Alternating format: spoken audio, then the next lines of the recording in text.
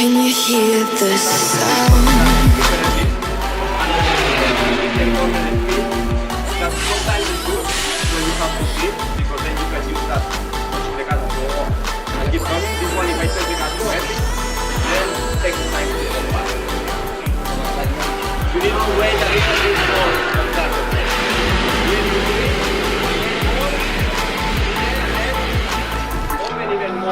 With the ground beneath your feet, with a whisper in the trees. Do you feel us watching? Hunger in our eyes, victories on our minds. It's our time to rise.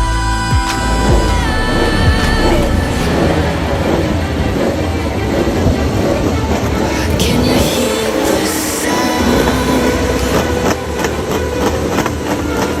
Can't stop us now. We're not back in time, know what we're doing. Things are about to change, it's evolution. Voices shake the ground, you feel it moving. We're the revolution. Can you hear the sound? Assalamualaikum warahmatullahi wabarakatuh, Kang Bro. Ketemu lagi dengan Iwan Benaran, Kang Mas. Cak, iki bakal menjadi video hot banget, Cak. Karena gini teman-teman, semuanya harus tahu bahwa Marquez ini kan masih diikat secara kontrak, Cak, sama Honda. Jadi kita akan bahas Marquez lagi karena memang seluruh media saat ini, semua media, semua apapun itu, dari channel apapun itu selalu membahas mengenai Marc Marquez. Karena kenapa? Kita tahu Marquez sudah pindah ke Ducati dan kita ingin tahu apakah Marquez betul-betul sudah hilang talentanya. Apakah pembalap 8 kali juara dunia ini sudah habis masanya? Tentu saja kita ingin melihat dia untuk membuktikan itu. Dan itulah kenapa sekarang banyak sekali yang memperhatikan Marquez. Bahkan ada beberapa isu dan rumor hoax information, ya sebenarnya kita katakan hoax, mengenai pernyataan Marquez. Karena kenapa? Cak, Marquez ini masih diikat oleh Honda. Marquez ini masih menjadi salah satu pembalap yang under Honda karena kontraknya akan berakhir baru di akhir Desember. Jadi artinya apa? Marquez memang nggak boleh, Cak, memberikan pernyataan apapun ke media. No, forbidden. Jadi no way, hitungannya begitu. Tidak ada diizinkan, no permission at all, karena memang itulah salah satu, ya bahasanya itu memang kontrak begitu. Kita nggak hanya Marquez, Luca Marini pun diam. Jadi Luca Marini juga nggak memberikan pernyataan apapun tentang bagaimana feeling di atas motor Honda. Karena semuanya masih diikat oleh kontrak masing-masing dari pabrikan. Dan inilah yang menjadi dasar kenapa kita penasaran. Apa yang dirasakan oleh Marquez ini masih menjadi semacam pertanyaan kita semuanya. Dan tentu saja kita tidak ada harapan tentunya, mengingat tidak ada press conference. Marquez tidak mungkin melakukan press conference, Marquez nggak mungkin memberikan pernyataan apapun di depan media. Hingga pada akhirnya, Cak, saat ini ada hot sekali, hot parah. Karena kenapa? Ternyata bocor percakapan Marquez yang direkam. Kita nggak tahu siapa yang ngerekam, Cak. Awalnya IBB berpikir ini hoax, ini seperti kayak nggak mungkin gitu. Tapi ternyata setelah IBB teliti, ya ini bertebaran di berbagai forum media, Facebook juga ada. Dan IWB teliti, ternyata ini memang suara Marquez yang sedang memberikan semacam pencerahan. Semacam, bukan pencerahan sih, testimoni dia setelah dia ngeber Ducati. Dan tahu nggak sampean? Ada salah satu perkataan Marquez yang memang membuat kita tuh langsung, wah pantesan ya. Jadi Marquez memberikan pernyataan bahwa secara feeling ternyata motor Ducati memiliki traksi yang gila. Jadi kata Marquez, traksinya luar biasa. Nah, gini, Cak, untuk memberikan gambaran kesampaian ya, biar sampean tahu, kita langsung dengarkan saja. Tapi tenang, kalau sampean nggak ngerti atau mungkin suaranya agak kurang jelas, kita nanti sudah siapkan terjemahannya. Ya, nggak akan plek-tiplek lah, tapi kita akan mendapatkan poin per poinnya. Jadi percakapan Marquez dengan Frankie Charchedi di Gresini Racing. Dan sama dengarkan saja yang dikatakan Marquez berikut ini, Cak. On gas, it's true that with the Honda I was able to touch the gas super early and the corner speed. That sometimes is good when you have to grip, because then you can use that touching the gas to go off and keep turning. This one, if I touch the gas too early, then takes time to come back. You need to wait a little bit more of gas. Okay? You need to wait more, then open even more aggressive. With the Honda was like opening, and I was waiting on 40% of gas for a soltar fácil. Oke, mungkin IWP langsung cut di sini aja ya. Karena daripada kita membuang waktu untuk mendengarkan sesuatu hal yang sangat sulit untuk dimengerti. Karena ya kita tahu bahasa Inggris dan kadang-kadang dicampur dengan bahasa Spanyol. Ya, jadi kita juga ada suara dari motor yang luar biasa, bang bang bang bang, jadi agak sulit.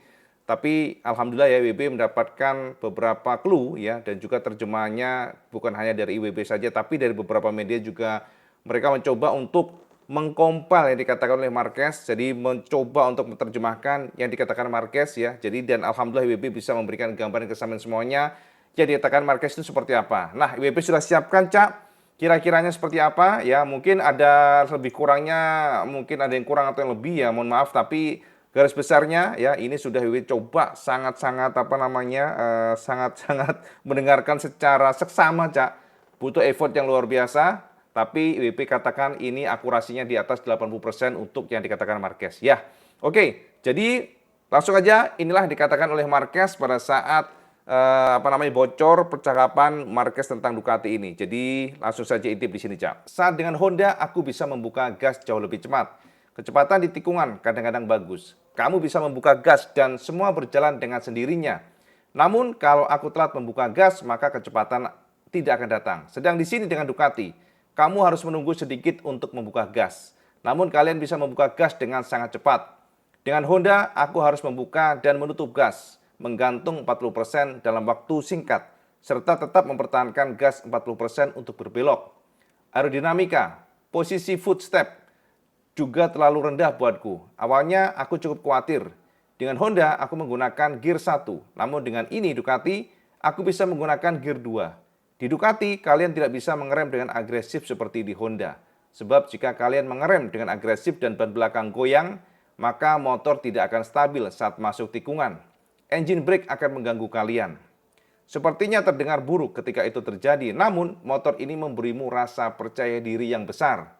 Tapi aku tidak tahu dengan area depan, sebab ketika aku coba nge-push, front end seolah-olah motor kekurangan grip. Jadi aku tidak pede menggunakannya. Khususnya motor ini tidak boleh digeber dengan agresif. Motor ini tidak boleh digeber secara override, sebab area depan bakal terasa sedikit goyang. Kalian harus menghentikannya jika motor bergerak seperti ini. Dan jika kalian mengerem dengan kondisi seperti itu, maka motor akan melebar, melebar, dan melebar. Ketika itu terjadi, kalian harus menggunakan traksi belakang.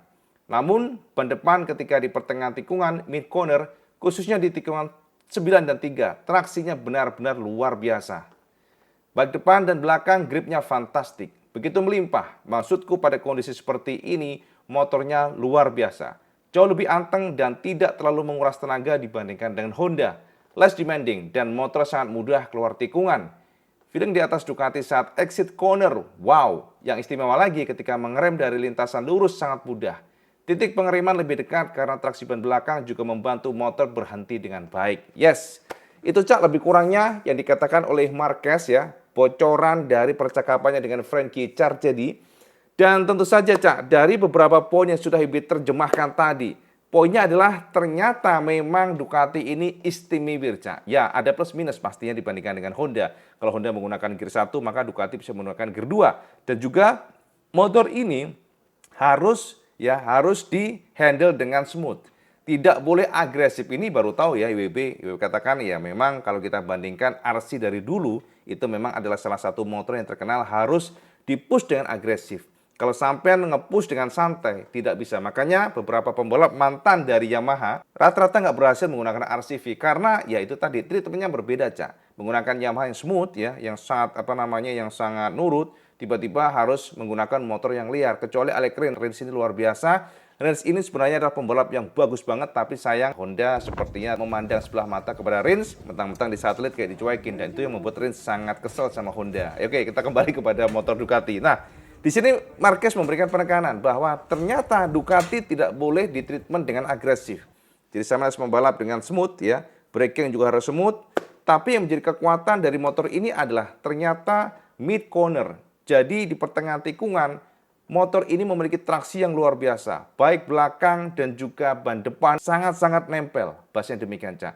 Oleh karena itulah pada saat keluar tikungan, maka dia akan sangat mudah motor ini keluar tikungan dengan cepat. Jadi pembalap bisa membuka gas dengan secepatnya, sehingga motor ini menjadi salah satu motor yang sangat sulit untuk dikejar pada saat exit the corner. Itu tadi ditekankan oleh Marquez. Kemudian juga kekuatan dari Ducati ditekankan oleh Marquez adalah pada saat braking setelah stride. Ya sama tahu kan stride kecepatan bisa 300 km per jam ke atas ya. Dan ternyata Ducati memiliki stability yang luar biasa dan Ducati memiliki braking yang juga luar biasa. Tadi ditekankan oleh Marquez pada saat mengerem, maka motor akan dengan mudah berhenti sesuai dengan titik pengereman yang diinginkan. Ini luar biasa ya. Dan jelas saja Cak, ini memang masih bocoran yang belum terlalu gamblang banget. Jadi kita hanya berdasarkan dari melihat atau mendengar ya, maksudnya mendengar bocoran transkrip ya. Dari kita juga nggak tahu dari mana ini, tapi yang jelas sepertinya dari dalam ya, dari dalam garage ini membocorkan.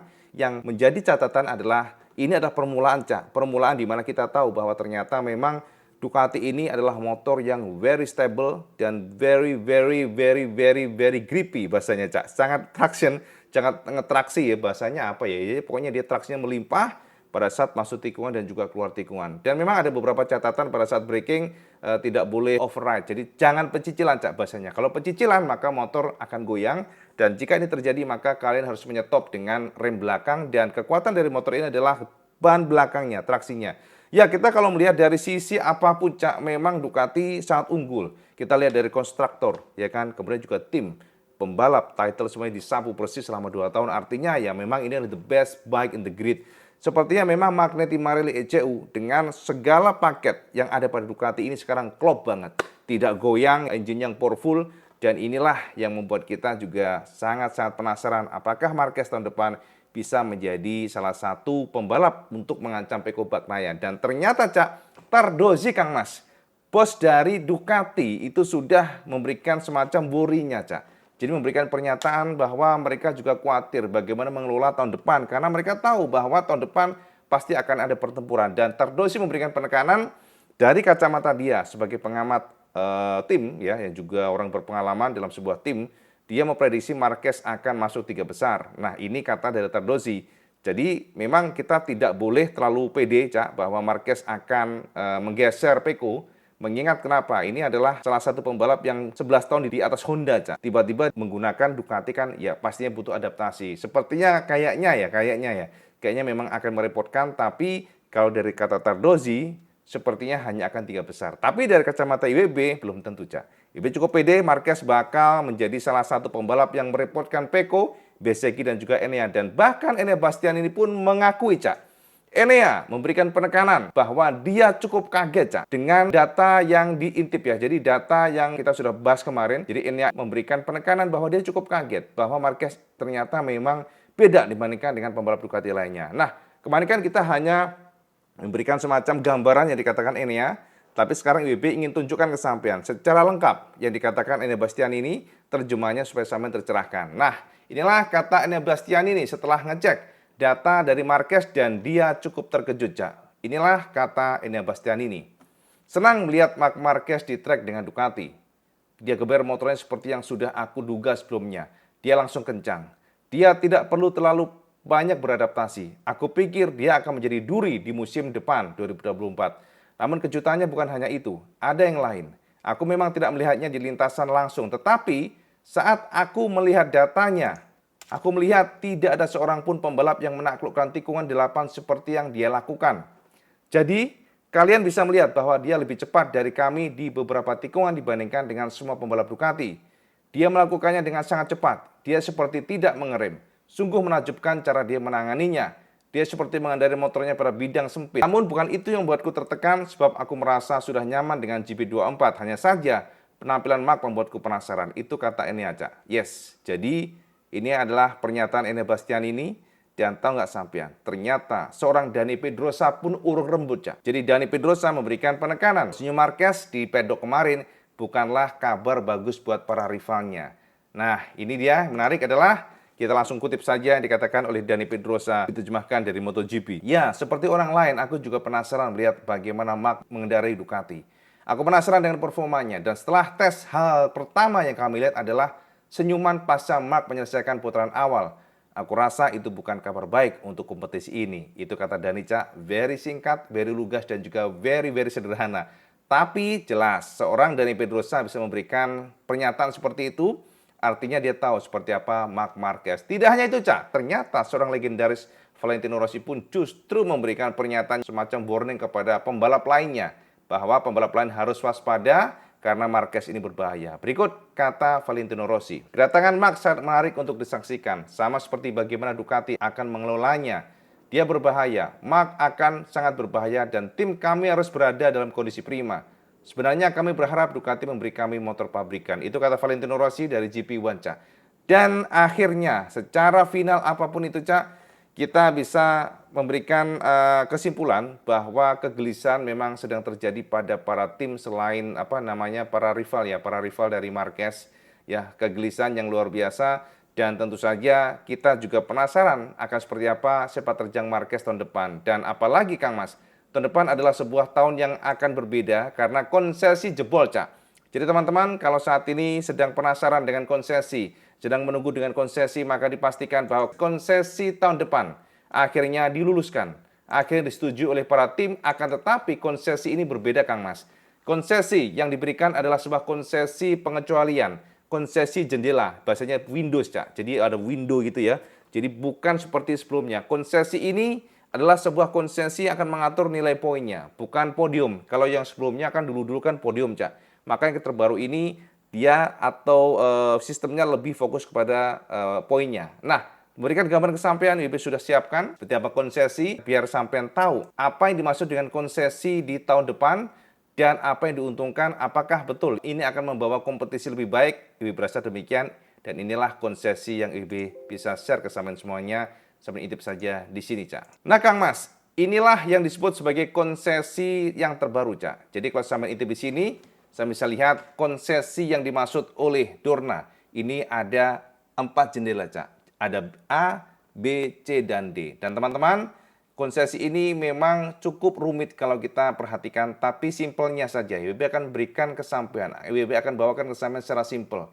Intinya adalah konsesi ini adalah kalkulasi dari poin, sistem poinnya, Cak. Jadi untuk memberikan gambaran kesampaian bahwa konstruktor dan lain sebagainya itu di total semuanya setelah spin race dan sebagainya itu adalah 728 poin.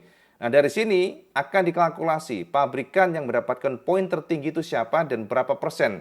Jadi persentasenya yang dilihat. Kita melihat dari tahun 2023 sekarang Ducati menorehkan 700 poin secara total. Ini artinya menorehkan atau mengumpulkan 96% dari penguasaan untuk poinnya. Dan ini artinya pula dia masuk ranking ke A. Jadi jendela yang A ini, Cak. Yang artinya pula maka dia atau Ducati tahun depan hanya diperbolehkan menggunakan ban 170 untuk tesnya ya. Jadi 170 buah. Kemudian untuk tes rider atau private testing itu hanya test rider only. Itu pastinya sama yang di sini ya. Jadi untuk private testing, test rider only, tidak boleh pembalap MotoGP ikut di sana. Kemudian untuk circuit testing, hanya ada 3 sirkuit yang diperbolehkan. Dan tahun depan Ducati tidak akan diberikan wildcard. Jadi no wildcard, jadi zero wildcard. Kemudian untuk engine per season, maka Ducati akan diberikan 7 atau 8 mesin, akan tetapi untuk spek engine-nya itu di-freeze atau dibekukan, Cak. Tidak boleh diutak-atik. Tidak boleh dibuka-buka selama homologasi sudah diserahkan selesai. 1 tahun itu nggak boleh diapa-apain, selama itu pula freeze atau dibekukan. Itu yang pertama, Cak ya. Dan untuk aero upgrade hanya diperbolehkan 1 kali saja. Itu menjadi catatan kita. Nah, kemudian untuk yang jendela 2 ini adalah di antara 60% hingga 85%. Nah, ternyata untuk yang kedua ini bedanya hanya di tes tire, Cak. Jadi ban alokasinya hanya 190. Akan tetapi karena ternyata untuk KTM dan juga Aprilia setelah dikalkulasi poinnya mereka tidak masuk pula di sini, Cak. Karena jika kita lihat dari poin yang ada, KTM hanya mengumpulkan 51% penguasaan poinnya. Artinya dia masuk ranking C-nya, Cak. Jadi jendela yang ini, Cak. Nah, untuk jendela ini maka KTM dan Aprilia tahun depan mereka akan mendapatkan jatah yang cukup banyak untuk bannya mencapai 220 ban. Sementara test rider sama, tidak boleh ada pembalap asli MotoGP, tapi hanya test rider only. Dan untuk GP Circuit Testing itu ada 3, sama dengan yang A, ya jendela A. Akan tetapi untuk wildcard mereka akan mendapatkan jatah sampai dengan 6 pembalap, atau 6 balapan maksudnya ya. Jadi ini sangat jauh dibandingkan dengan yang jendela A, pastinya yang 0 tidak dapat apapun. Jadi artinya KTM dan juga Aprilia, termasuk gas-gas pula, mereka akan mendapatkan ini, Cak. Jadi jatah wildcard sampai dengan 6 balapan. Ini banyak banget, Cak. Kemudian untuk engine sama, Cak, ya, 7 sampai dengan 8, dan status untuk mesinnya pun sama, disegel, tidak boleh diutak-atik, aero update juga sekali. Nah, untuk yang jendela terakhir adalah yang 35% ke bawah, ini artinya Honda dan juga Yamaha di sini masuk ya. Jadi jendela ke D, dan ini bisa kita lihat dari penguasaan untuk poinnya, di mana Yamaha hanya mencapai 27% penguasaan poin dan Honda hanya 25% atau masuk ke ranking D. Jadi kalau yang dulu konsesi kan pastinya Honda dan Yamaha nggak masuk, Cak, karena dulu konsesi lebih kepada podium. Tim yang pernah masuk podium maka kalkulasi akan gagal untuk konsesi, dan sekarang lebih fair karena ternyata kadang-kadang podium tapi kan anjlok langsung semuanya. Yamaha, Honda anjlok semuanya. Itulah kenapa sistem untuk sekarang ini dibuat seperti ini, maka untuk memberikan ruang kepada para tim yang anjlok pol-polan ini supaya bisa naik ke atas. Dan ternyata tahun depan Honda dan Yamaha karena masuk ke jendela D untuk konsesi, mereka mendapatkan jatah untuk ban tes mencapai 260 unit. Dan kemudian untuk private testing, Cak, free semuanya. Artinya apa? Pembalap test ridernya boleh ikut, MotoGP ridernya pun juga boleh ikut. Jadi ini akan membuat Yamaha dan juga Honda mampu berakselerasi lebih cepat dibandingkan dengan sebelumnya. Karena kan langsung pembalap ya, pembalap realnya seperti ya Luca Marini ikut langsung untuk tes, kemudian juga Joan Mir ataupun Fabio ataupun ya Alex Rins. Jadi artinya tahun depan ini Honda dan Yamaha bebas ya untuk melakukan private testing, dan ini akan membuat mereka lebih fleksibel. Kemudian untuk GP circuit testing, ini yang menarik, Cak, ya. Jadi mereka dibebaskan pula, Cak, untuk melakukan pengetesan di sirkuit manapun. Monggo, sampean bisa saja milih yang mana, Cak. Sesuka hati sampean, seneng-senengnya sampean, Cak. Dan kemudian untuk wildcard-nya juga sama, mendapatkan 6 kali race. Sementara untuk engine precision-nya, ini yang menarik ya. Jadi engine-nya, Cak, untuk Honda dan Yamaha tahun depan mendapatkan jatah 9 sampai dengan 10 engine, dan ternyata untuk engine spec-nya itu free, tidak akan dibekukan, Cak. Jadi no freeze, artinya sampai di tengah jalan, oh aku pengen ganti nih V4 kemudian inline, atau mungkin Yamaha dari inline 4 pada next mungkin di pertengahan seri tiba-tiba aku pengen ganti V4, boleh, Cak. Jadi semua diotak-atik boleh selama itu terpatok pada ya regulasi ya. Jadi itu yang menjadi kekuatan dari Honda dan Yamaha tahun depan, termasuk juga aero update, Cak. Mereka diperbolehkan mengganti aero update-nya selama 2 kali dalam satu musim. Nah, itulah gambaran buat sampean, Cak, beberapa informasi yang penting sekali tentang tahun depan, bagaimana konsesi akan membuat Honda dan Yamaha secara apapun itu lebih fleksibel. Mereka lebih luas untuk berkreasi, mereka akan lebih bisa nge-tuning motornya, lebih jos gandos lagi. Akan tetapi, nah ini menarik lagi, Cak, ternyata konsesi ini tidak berlaku kunci ya, tidak berlaku terkunci 1 tahun, tidak. Tapi nanti akan ada evaluasi pada pertengahan musim, di mana jika Honda dan Yamaha dengan segala fleksibilitas yang diberikan, dengan segala kekuatan Windows D tadi ya, jadi konsesi yang D itu, dan semuanya sudah membuat mereka langsung melesat ke atas, maka bisa saja setelah mereka konsesi ke D, mereka akan naik lagi ke konsesi C, artinya ya mereka tidak akan diperbolehkan lagi, jadi dikunci tengah jalan. Bisa saja demikian, engine dikunci, kemudian juga jatah dari bannya dikunci, bisa saja. Atau mungkin justru dari nantinya KTM yang sudah luar biasa tiba-tiba dia anjlok nih, maka KTM pun akan diperbolehkan dengan segala yang sudah di-share tadi, WB-share tadi. Jadi artinya apa? Ini bersifat fleksibel, jadi ada evaluasi pada pertengahan musim, tidak perlu menunggu tahun depan, Cak. Jadi inilah yang membuat konsesi tahun ini memang berbeda ya, jadi memang spesial. Dan saat ini sebelumnya awalnya Ducati agak menentang dengan sistem ini karena dia melihat Ducati ini melihat bahwa KTM dan Aprilia nggak perlu karena ini menguntungkan Aprilia dan juga KTM. Tapi dari kacamata sportivitas yang akhirnya Ducati setuju supaya apa? Supaya seru lagi, Cak, itu intinya ya. Jadi itu, Cak, ya, update IWP tentang sekilas mengenai bocoran percakapan Marquez, kemudian juga Rossi, Pedrosa, Enea Bastianini yang juga kaget dengan gaya Marquez, dan yang terakhir adalah konsesi. Dan next kita akan bahas mengenai pernyataan masing-masing pembalap ya setelah mereka jajal motornya, dari Fabio, Alex Rins, kemudian juga Joan Mir. Kita ingin tahu, Cak, apa dikatakan oleh mereka supaya sama tercerahkan setelah kita membeberkan spek detailnya kesampaian semuanya kemarin dari Yamaha, Honda, gas-gas, kemudian KTM, kemudian juga Aprilia dan Ducati. Ya kita ingin tahu apa sih yang dirasakan oleh pembalap kemarin, jadi kita akan share ke sampai nanti ya. Itu aja, Cak, update benaran bersama semuanya. Semoga mencerahkan, dan kalau teman suka video ini sama like, share, dan subscribe. Ojo lali, Cak, yang paling penting adalah sholat 5 waktu, jangan pernah tinggalkan. Jadi mari kita beribadah, gak hanya duniawi saja, yora. kayak Pak Ustadz nih bahasanya, tapi benar. Dan yang jelas ya dari sisi pribadi tetap kalau bisa sholat kita doakan Palestina, Free Palestine. Semoga saja teman-teman kita di sana ya di Palestina itu yang menjadi korban kolonialisme ya akan diberikan ketabahan dan Allah akan membantu mereka semuanya lewat kita doa. Mungkin kita nggak bisa ke sana tapi kita doakan dan kalau bisa kita sumbang lah ya. Ini kita hanya ngomongin mengenai humanity ya. Jangan campur adukan dengan agama, Cak, karena kita ngomongin tentang kolonialisme, di mana negara kita juga pernah dijajah 350 tahun bersama Belanda, Cak. Kita dukung dihapuskannya namanya penjajahan di dunia ini, Kang Mas. Karena tidak sesuai dengan Undang-Undang Dasar 45. Oke, Cak, jadi gitu aja. Assalamualaikum warahmatullahi wabarakatuh. Salam Skandes.